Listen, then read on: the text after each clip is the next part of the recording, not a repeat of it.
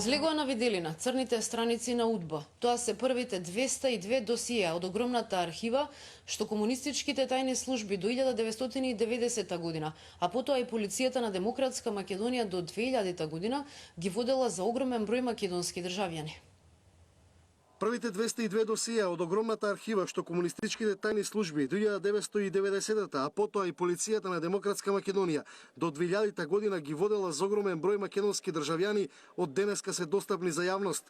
Државниот архив во 16 тома, поделени во 9 категории, ги објави со цел да останат како сведоштва за мрачната историја. Насловот на едицијата е Црните страници на УДБА, а во незе може да се прочитаат тажните судбини на голем број истакнати македонски дејци. Од различен вид евиденција во службата за државна безбедност во 66 година се наоѓаат дури 96.351 лице, на кои претходно им биле отворени лични досиеа, додека само една година претходно, во 65-та, во евиденција се наоѓаат фрапантни 136.682 лица, што безмалку представува 10% од целокупното тогашно население.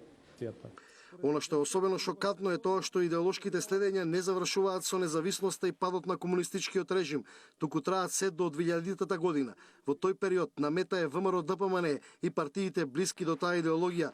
Парадоксот да биде уште поголем, оваа партија и нејзините активисти биле следени и додека тие беа на власт од 1998 до 2000 година.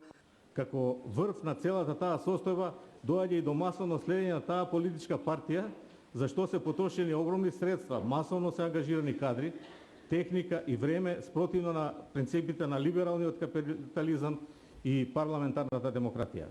Од Државниот архив велат дека изминативе години биле уништени голем број досија, а кај голем дел од досијата недостасуваат и по неколку страници. Со примопредавањето на досијата од МВР во Државниот архив биле сокриени голем број предмети, меѓу нив и досието Темел, водено за ВМРО ДПМН. За среќа велат од архивот, тоа е пронајдено и денеска е дел од објавената едиција.